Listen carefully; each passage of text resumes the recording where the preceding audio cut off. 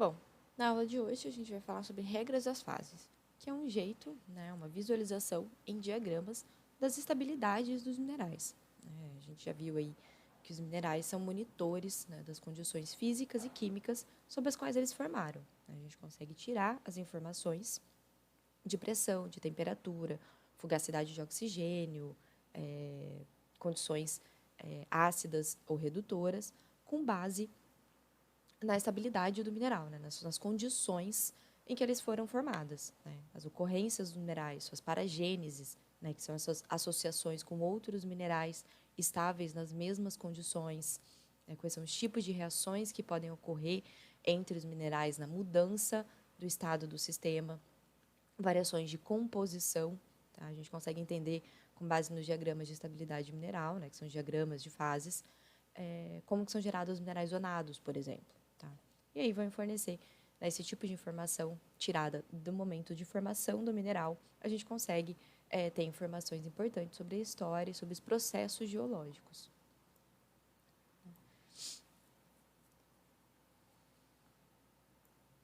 Nós vimos aí ao longo do curso que os minerais são formados em diferentes combinações, né, de condições externas impostas a eles, né, condições do ambiente geológico em que ele está se formando, que incluem aí temperatura, pressão e a composição química do material a partir do qual ele está se formando. Né? Então, um cristal de calcita, um carbonato de cálcio, não vai se formar, né, sem que haja disponibilidade dos elementos cálcio, oxigênio, carbono em solução, né, seja no magma, seja na água, né, no fluido, em concentração que permitam a sua cristalização, assim como as condições de pressão e de temperatura.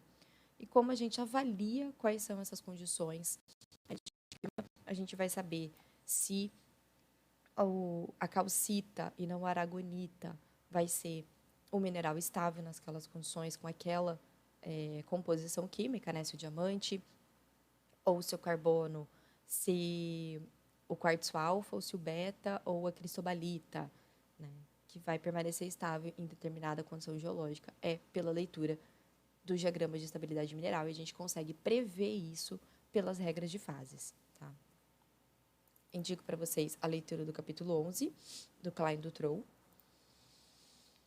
A regra das fases, né, ou também chamada de regra das fases de Gibbs, ela fornece uma base teórica, baseada em conceitos e fundamentos da termodinâmica, para caracterizar o estado químico, né, de um sistema, né, um sistema aqui geológico, e vai prever, então, essas relações de equilíbrio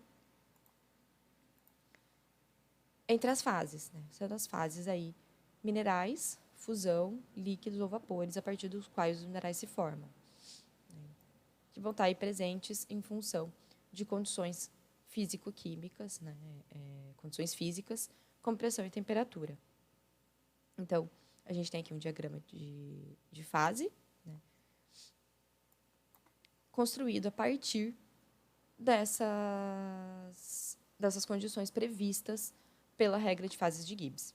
Tá? Então, a gente consegue representar, né, que as diferentes fases, né, cada mineral pintadinho aqui de uma cor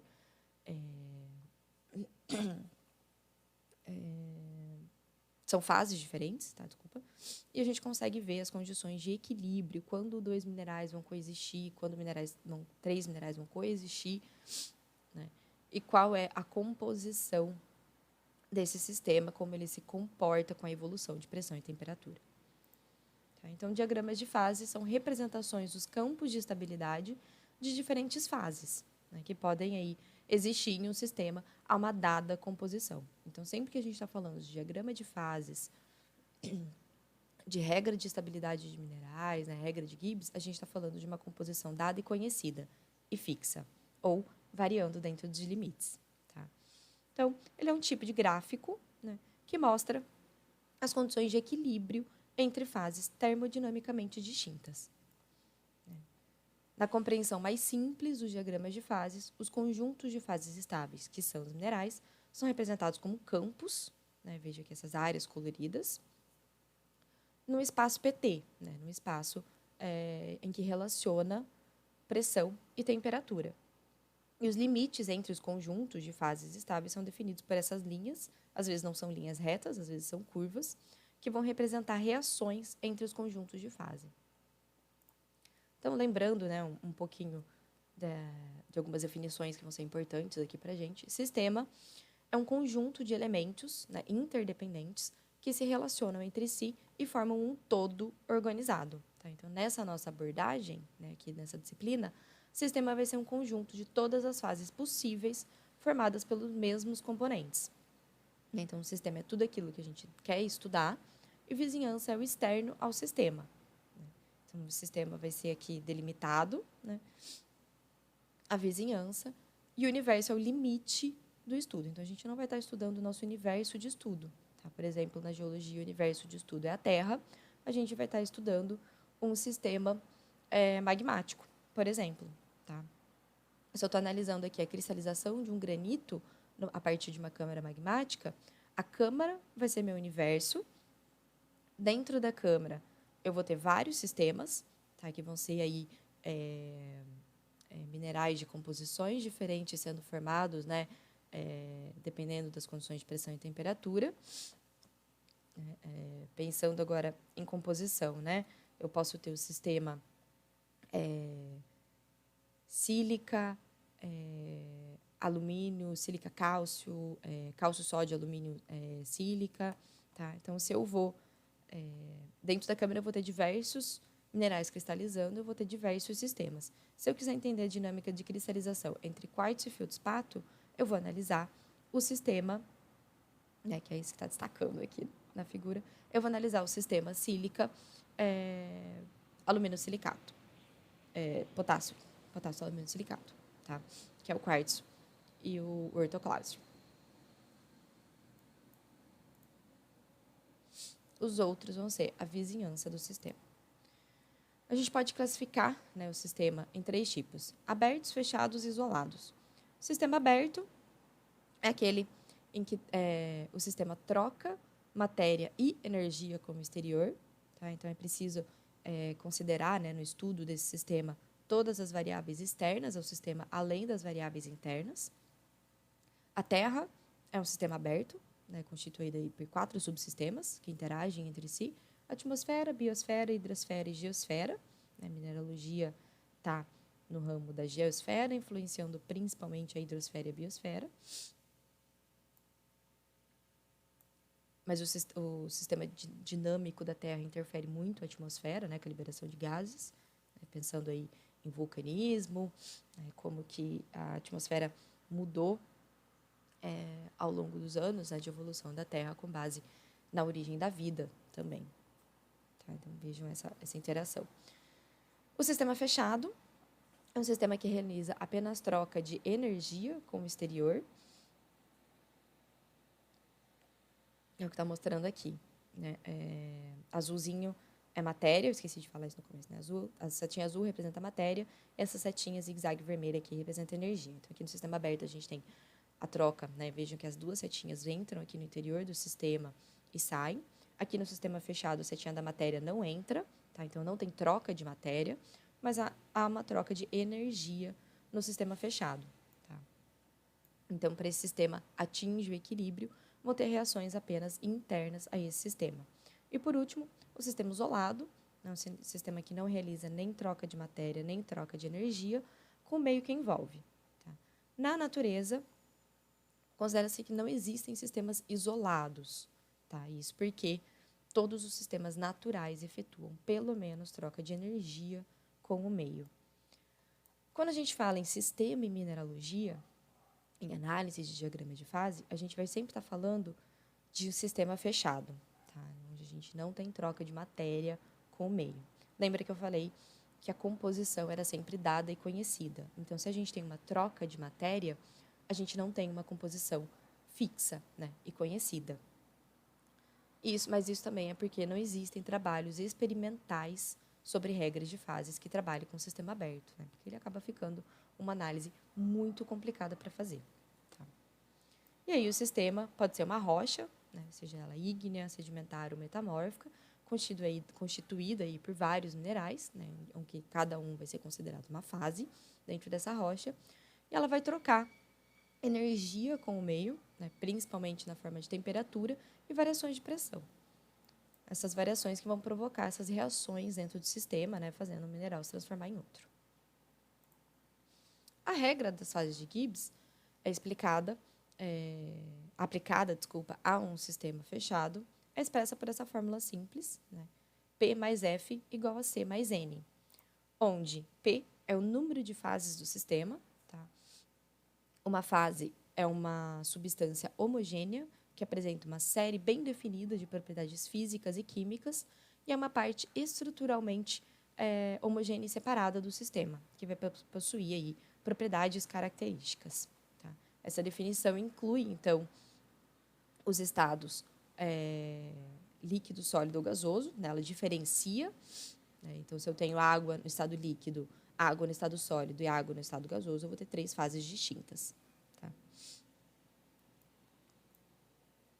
Então, eu vou ter um mineral e o líquido a partir de onde ele se formou, por exemplo, ou gás. Tá?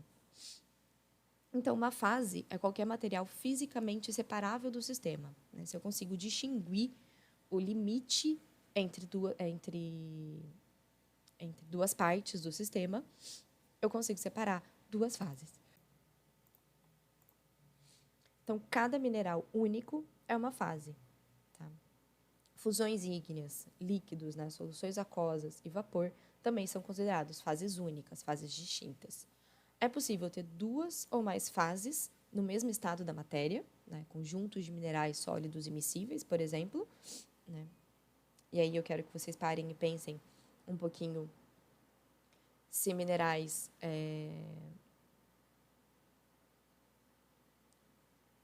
com série de solução sólida vão ser fases únicas ou vão ser fases separadas ou vão ser uma única fase.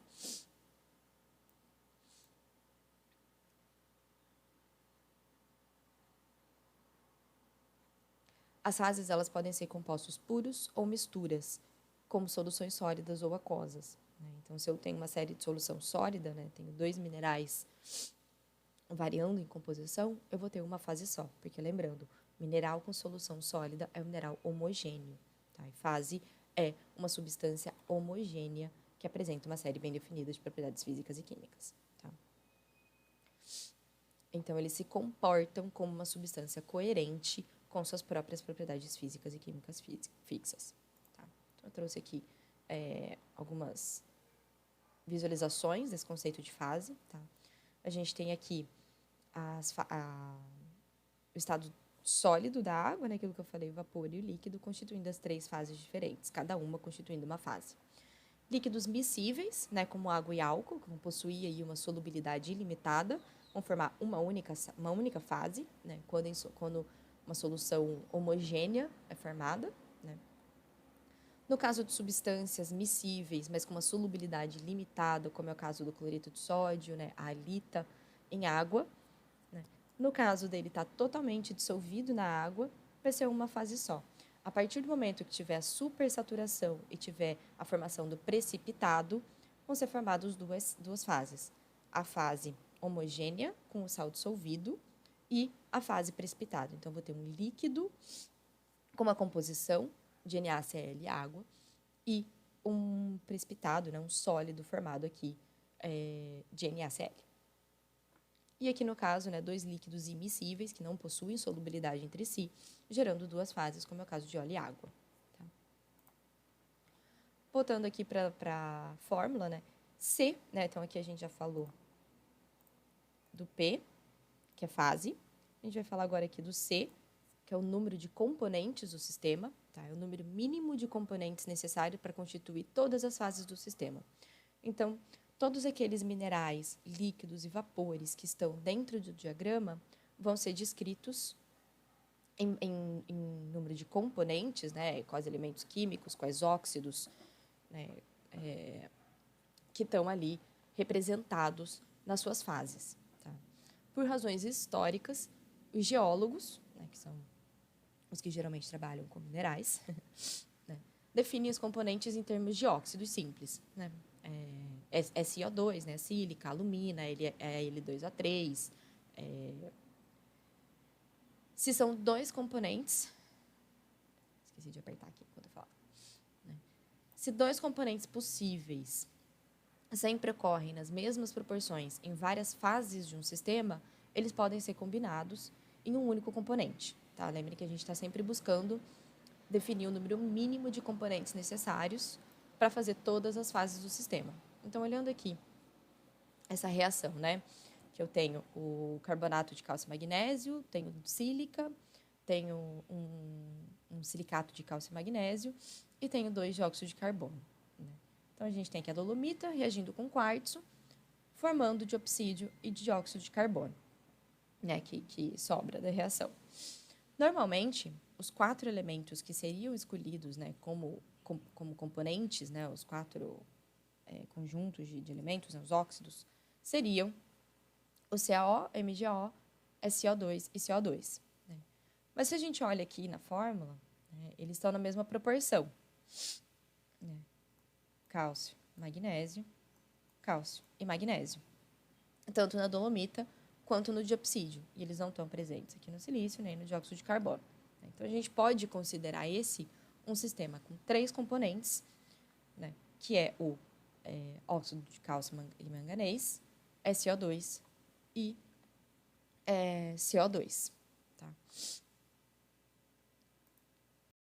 Em alguns sistemas geológicos, é conveniente definir os componentes, em termos de composição de membros finais, quando a gente está falando de solução sólida. Tá? Em sistemas binários, por exemplo, né, como carbonato de cálcio e carbonato de magnésio, que tem solução sólida entre eles. Tá? A gente pode pegar o CaSO3 e o MgCO3 como os 2 componentes. Tá? Então, lembre que não precisa ser o óxido simples. Tá? Bom, então, esse slide aqui só para resumir, né, que componentes são entidades químicas necessárias para definir as composições de todas as fases do sistema. Tá? Esse todas as fases aqui é que é importante. Mas lembrando sempre em tentar deixar simples. Tá?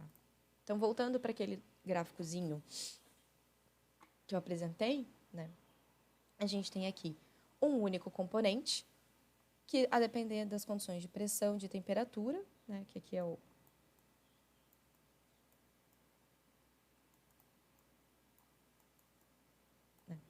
a gente não precisa separar em Al e SO5. Ele é um único componente só. Né?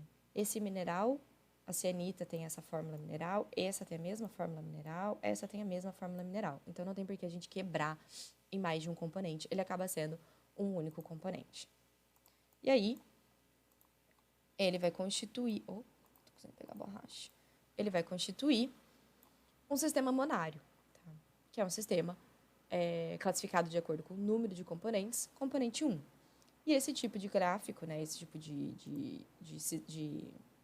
diagrama, é usado normalmente para representar polimorfos. Né? Então, a gente tem polimorfos de Al2SO5, cianita, silimanita e andaluzita.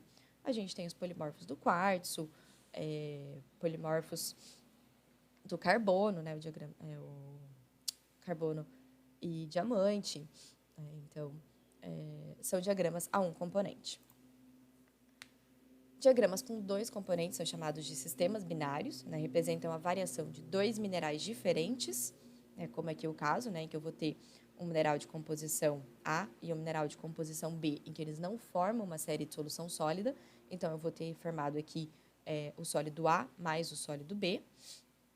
Ou ele vai representar a variação de 2 minerais diferentes, formando 2 minerais isoestruturais, né? São aqui o sistema da olivina com uma solução sólida, em que eu vou ter, né, o componente Mg2SO4, Fe2SO4, formando aqui uma única fase. Mas como eu tenho 2 componentes, ele é um sistema binário. O sistema ternário, né, é um sistema com 3 componentes, e são representados aqui no vértice de um triângulo equilátero, né, como aqui o diagrama da composição e classificação dos feldspatos, né, em que a gente tem o componente ortoclásio dissolvido no componente albita, que por sua vez também pode estar dissolvido, né, ou dissolvendo parte do componente anortita, né, sendo aqui o potássio, sódio e cálcio. Tá? Cada lado vai representar, nesse tipo de sistema ternário, né, nessa representação de diagrama em um triângulo, cada lado vai estar representando um sistema binário. né? Então, eu vou ter aqui a solução sólida limitada, né, entre ortoclase e albita, né, os fosfatos alcalinos, e vou ter aqui a série de solução sólida dos plagioclásios. Tá? E aqui eu vou ter uma solução limitada também entre ortoclásio e anortita. Um sistema quaternário é um sistema com 4 componentes, tá? Ele é representado no espaço tridimensional, né, diferente dos outros componentes que eram bidimensionais. Forma aqui um tetraedro, né, que vocês estão vendo. É impossível de representar isso num plano bidimensional. Como ele é entendido, lido, interpretado como a junção de 4 diagramas ternários, né, cada face desse tetraedro aqui vai ser um diagrama ternário, entendendo muito bem diagramas ternários, que por sua vez são compostos, né, de diagramas binários. Então, entendendo como funciona o diagrama binário, a gente consegue ler e interpretar todos os diagramas, todos os sistemas, né, do mais simples ao mais complexo que a gente pode ter em mineralogia. Tá? Então, eu vou focar aqui para vocês até o sistema ternário. Tá? Voltando aqui para a regra, né, a gente já sabe o que é P, o que é C, né? Vamos falar agora de N. É o número de parâmetros intensivos. Né? N está relacionado ao número de parâmetros intensivos que estão sendo considerados dentro do sistema. Né?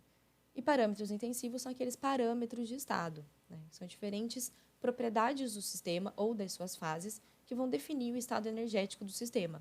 Se a energia vai ser nula, se o sistema está em equilíbrio, se existe variação de energia na forma de calor, né? Se eu estou variando a temperatura.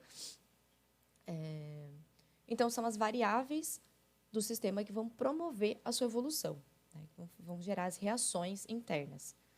Existem os parâmetros extensivos, que dependem do tamanho do sistema, e eles são geralmente conhecidos. Tá? Então, por exemplo, tem volume, entropia, massa, calor específico. E tem os parâmetros intensivos, que não dependem do tamanho nem da massa do sistema. Geralmente, pressão e temperatura. Tá? Acaba sendo o número de variáveis não relacionados à composição. Tá? Porque a composição já é, aqui, um termo previsto na fórmula. Né? Então, a gente considera aí, né, conta o número de variáveis além da composição.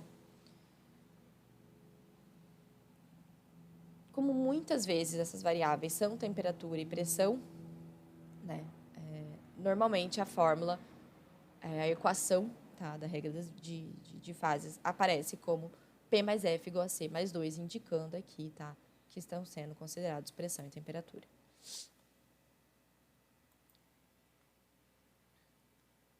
F, apareceu na ordem inversa. F é o grau de liberdade ou variância dentro do sistema. F vem de freedom, tá? Por isso que não confundam P com F, tá? Porque é fase, né? Mas F é de phase, em inglês. É o número de parâmetros de estado que variam dentro do sistema para que haja evolução e reação entre os componentes. Tá? Então, se a gente está querendo ver a estabilidade de minerais, esses parâmetros precisam ser fixados entre si ou fixados independentemente um do outro, tá? Para que a gente consiga determinar o estado energético do sistema. Por exemplo, eu vou fixar a pressão e vou variar a temperatura e vou ver o que acontece, né, dentro do diagrama, se eu vou ter uma mudança de fase ou não. Tá? Ou vice-versa, né? Eu fixo a temperatura e vario a pressão.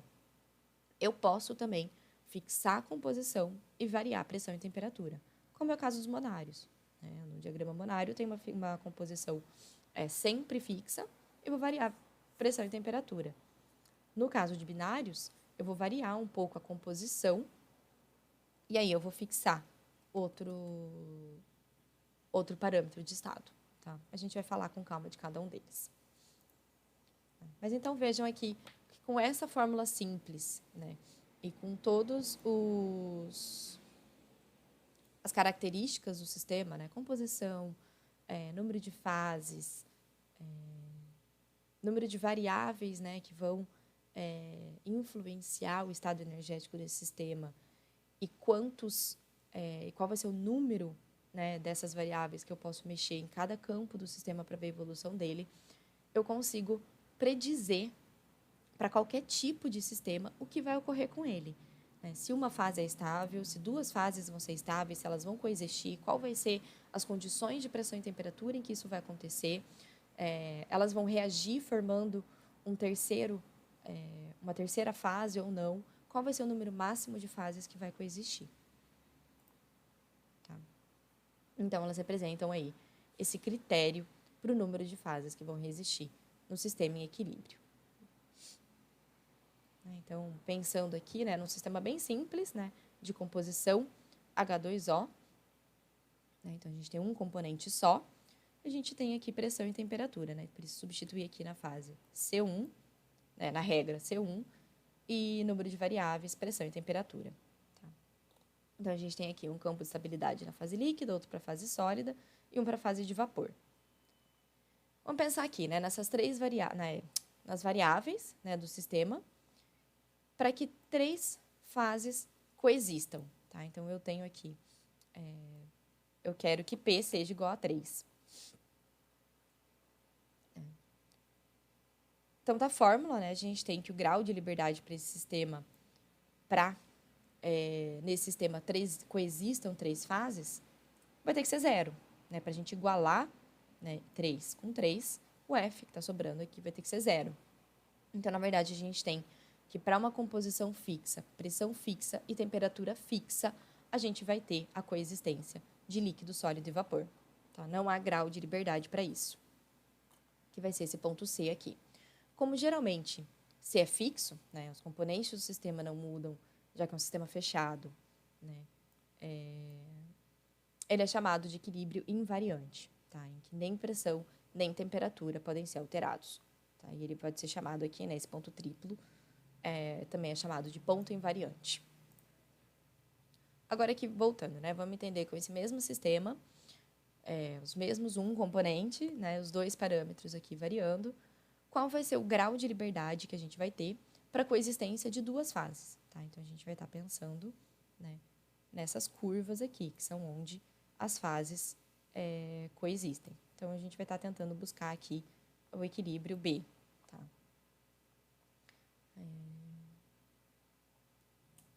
Pela fórmula, né, eu vou ter aqui, então, 2 fases coexistindo, eu vou ter, né, que 2 é igual a 3, eu vou ter que F é igual a 1. Eu vou ter 1 grau de liberdade. Tá? Como a composição já é fixa, eu vou fixar um dos outros parâmetros. Eu vou fixar ou pressão ou temperatura. Deixa eu só apagar aqui. Tá? Então, se eu fixo aqui a pressão, né, eu tenho 1 grau de liberdade, né, um parâmetro que vai mudar, que é a temperatura. Então, se eu tenho uma temperatura aqui de 10 graus, 20 graus, 30 graus, 40 graus. Eu estou inventando, tá? Porque a gente sabe que seriam temperaturas negativas aqui para o estado sólido da água, tá? Então, fixo aqui a temperatura uma ATM, vou variando a temperatura, né? Eu vou ter uma fase, uma fase, uma fase, até que eu vou ter uma temperatura em que eu vou ter a coexistência de sólido e líquido. A partir de um certo momento, essa temperatura vai mudando. Então, vejam que eu vou ter uma pressão fixa, eu vou ter uma temperatura de coexistência, a outra pressão eu vou ter outra temperatura, tá? Eu vou tendo que ter um ajuste entre o parâmetro físico e o parâmetro independente, tá? O parâmetro livre, para que seja construído, tá? Essa curva aqui, tá? Vai ter uma região, né? Voltando, né? Vai ter uma região no diagrama indicando que há uma condição de pressão e temperatura em que 2 fases vão coexistir. Tá? Isso aqui é chamado de sistema univariante, tá? No qual pressão ou temperatura podem ser alterados independentemente, tá? Mas para manter o estado do sistema, deve haver uma mudança correspondente na outra variável, é isso que eu estava falando antes. Tá? Então, no diagrama de fases, isso é referido como uma curva univariante, que é essa curva aqui. Tá? Eu posso alterar a pressão e alterar a temperatura, tá? Mas para manter esse estado do sistema, eu preciso que a outra varie também. Tá? Então, se eu fixar a pressão e variar a temperatura, eu vou ter a mudança de fase. Para eu para eu manter a coexistência de fases, eu vou ter que sempre ajustar pressão e temperatura uma em função da outra, tá? Uma pode ser fixa, mas a outra vai mudar em função proporcional à minha mudança do outro parâmetro de estado. A mesma coisa acontece para a temperatura, tá? Agora aqui, se a gente quiser ter somente uma fase existindo, né? Eu não quero que coexista mais nenhuma fase nesse meu sistema. Meu grau de liberdade, né, pelas contas aqui, é 2, né? Então, eu posso variar tanto pressão quanto temperatura. Livremente, né? Elas são livres para mudar, independentemente do estado do sistema. Mas aí, essa variação vai ser limitada pelas condições definidas pelos equilíbrios univariantes, né?